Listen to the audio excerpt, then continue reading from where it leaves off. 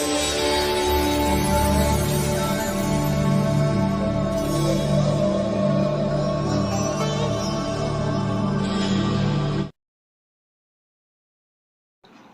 दोस्तों, जब हम कोई कार्य शुरू करते हैं अथवा पहले से जो कार्य कर रहे हैं उसमें अनाचेत आपको कई बार तो अधिक लाभ होता है और कई बार हानि हो जाती है। जब आपको हानि होती है तो आप किसी ज्योतिष विशेषज्ञ के पास जाते हैं और वहां पर जाकर के जब पूछते हैं तो पंडित जी आपको बतलाते हैं कि आपके ऊपर राहु की महादशा चल रही है, इसके कारण आपको यह नुकसान हुआ है। तो आज हम जानेंगे कि जो राहु है वह कहाँ पर बैठ करके आपको कारोबार में हानि देता है और कहाँ पर बैठकर वह आपके लिए लाभकारी सिद्ध होता है। दोस्तों, राहु की जो महादशा होती है वह 18 साल की होती है और इसमें जो आर्द्रा नक्षत्र,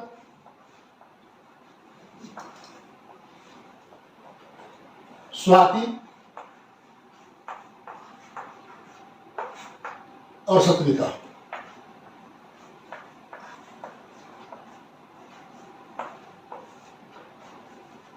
नक्षत्र आते हैं। यदि आपने इन नक्षत्रों में कोई नया कार्य प्रारंभ कर लिया अथवा यह जो दशा है यह आपके कार्य के मध्य में आ गई तो आपको या तो अधिक लाभ होगा या फिर बहुत ज्यादा नुकसान हो सकता है। यह हम विचार करेंगे क्योंकि जो कारोबार का भाव कहा गया है उसका स्वामी 10वां भाव है और यदि उसका स्वामी राहु का मित्र है और राहु उसकी राशि में बैठा है और वह किसी योग स्थान पर है तो आपको कारोबार में अच्छा लाभ मिलेगा, अच्छी प्रसिद्धि देगा और उन्नति की प्राप्ति होगी। लेकिन यदि राहु के साथ कोई निकृष्ट ग्रह बैठा है, दुष्ट ग्रह बैठा है जो 6, 8, 12 का स्वामी यदि राहु के साथ बैठता है तो आपको कारोबार में हानि होती है।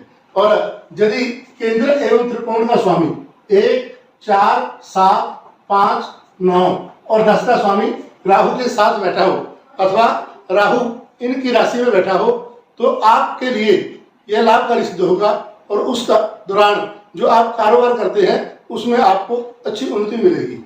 लेकिन यदि राहु 6ठे भाव में है तो आपके लिए यह लाभकारी है क्योंकि ये शत्रुओं का नाश करने वाला है, जो नुकसान है उसको भी कम करेगा और जो आपके मित्र हैं उनकी वृद्धि करता है। जब यह 3रे भाव में बैठता है तब आप में नया कार्य करने का जो उत्साह है वह भरपूर मात्रा में होगा, कारोबार करेंगे और उसमें भी लाभ मिलेगा। जब यह 8वें भाव में बैठता है तो आपको अकस्मात धन प्राप्ति होगी, भले ही कारोबार में अच्छी उन्नति हो जाए, जो वस्तु आप खरीदते अथवा बेचते हैं उसमें भी आपको अच्छी उन्नति मिल सकती है अथवा आपको किसी लैटरी से अथवा जो अकस्मात धन है वह प्राप्ति के योग बनते हैं। जब यह 12वें भाव में होता है तब भी आपके जो व्यय में खर्च में कमी आएगी और जो आय है, आमदनी है उसमें वृद्धि होगी, क्लेश भी घटेगा और आपका जो प्रभुत्व है वह भी बना रहेगा। लेकिन इनके साथ क्योंकि जो राहु है और केतु है यह सहायक ग्रह होने के साथ कारण जो अपना फल है वह उसी ग्रह के अनुसार देते हैं जिसकी राशि में बैठते हैं अथवा जिन ग्रहों से यह दृष्ट होते हैं। यदि यह शुभ ग्रह से दृष्ट होता है तब यह आपके लिए उन्नति को देने वाला है, लेकिन यदि यह पाप ग्रहों से दृष्ट होता है तो कारोबार में रुकावट आती है। जब राहु के ऊपर गुरु की दृष्टि होगी अर्थात राहु आपके 10वें भाव में है और गुरु 4थे भाव में बैठा हो अथवा दूसरे भाव में हो या फिर और उससे 6ठे भाव में हो तो यह आपके लिए लाभकारी सिद्ध होगा क्योंकि गुरु की 5वीं दृष्टि राहु पर है। भले ही जो गुरु और राहु का संबंध जो बनता है वह चंडाल योग का बनता है, लेकिन जब यह दृष्टि है तो इसके राहु के जो बुरा प्रभाव है उसको यह खत्म करेगी।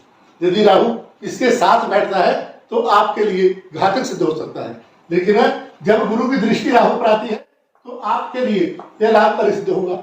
और यदि यहाँ पर सौम्य ग्रह बुध हो तब आपके जो विचार है वह धार्मिक होंगे, धर्म में प्रवृत्ति होगी, उसी पर आप उन्नति को प्राप्त होंगे।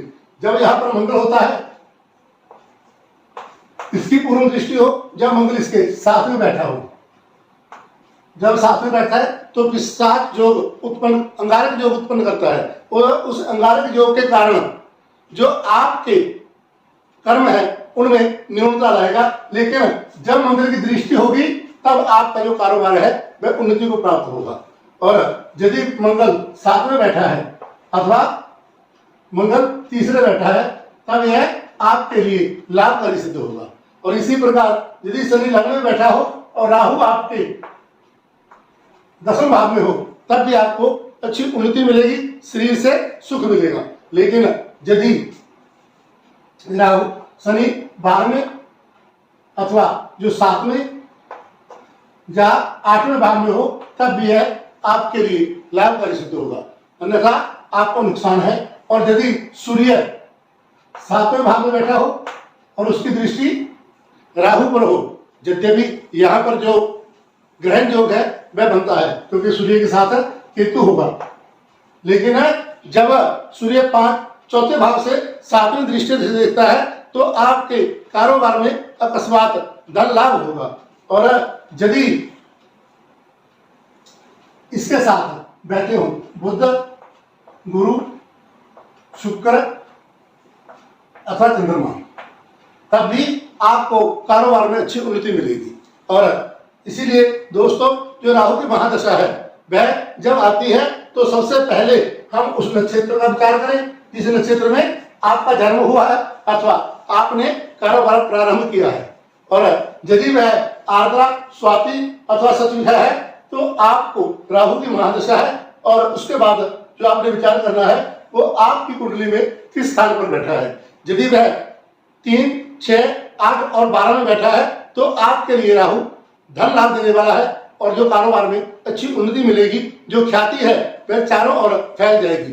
लेकिन यदि वह केंद्र में अथवा त्रिकोण में बैठा है तो आपके लिए जो कारोबार में कमी करेगा, अकस्मात जो धन हानि का योग बनाएगा और जो अपने संबंधी है उनसे भी आपको विरोध का सामना करना पड़ेगा। पिता से विरोध होगा, माता से विरोध होगा और जो अपना जीवन साथी है उससे भी आपका विरोध हो सकता है। और यदि वह दूसरे 11वें भाव में हो तो आपके लिए लाभकारी सिद्ध होगा। और इस प्रकार जो हम विचार करते हैं उसके बाद जो दशा, इसके आगे जो अंतर दशाएं आती हैं,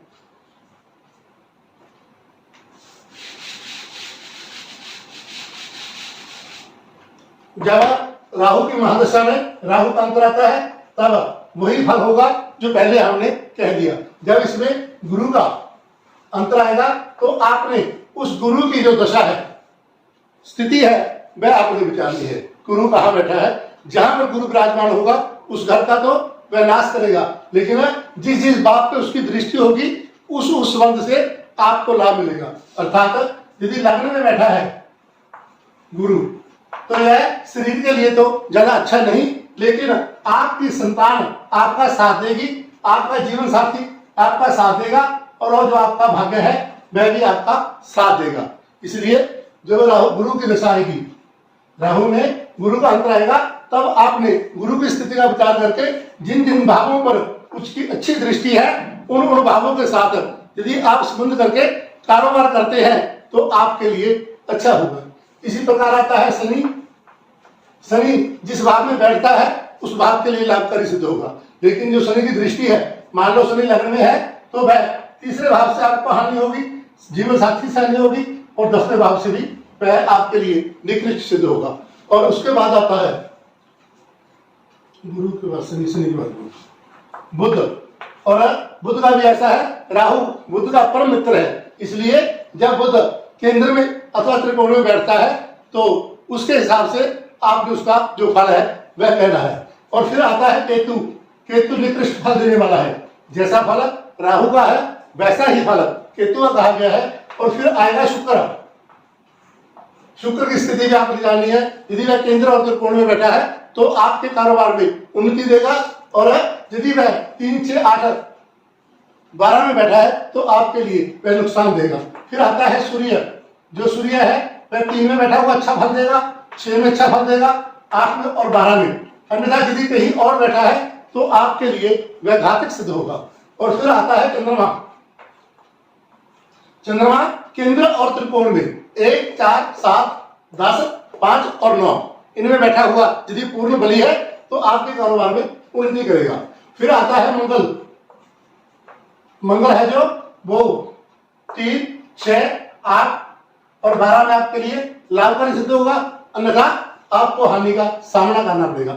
इस प्रकार दोस्तों आपने जो राहु की दशा है उसका पूर्ण अध्ययन करके फिर बताना है कि वह कारोबार अच्छा चलाएगा या कारोबार में न्यूनता लाएगा। अधिक जानकारी के लिए आप हमारे केंद्र से संपर्क कर सकते हैं। धन्यवाद, नमस्कार।